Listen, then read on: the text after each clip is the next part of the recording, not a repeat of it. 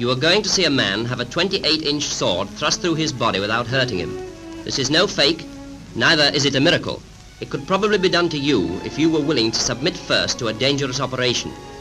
My authority for saying this is one of our most distinguished surgeons who saw the film with me.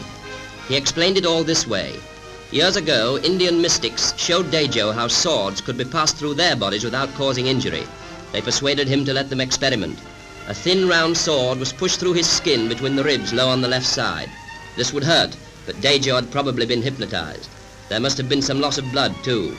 By careful manipulation of the sword, it could be worked further into the body so that the point missed most of the vital organs. Then with a quick thrust, the liver could be pierced and the sword pushed through between the ribs of the other side. Now all this would be very risky. There would be considerable bleeding, and Dejo must have been ill for several weeks after the operation, for it is clear that the sword does pass through the right lobe of the liver. But once the wounds had healed, a straight path of insensitive scar tissue would be formed. A sword thrust carefully along this path would cause little pain or bleeding because there are no nerves or blood vessels in scar tissue.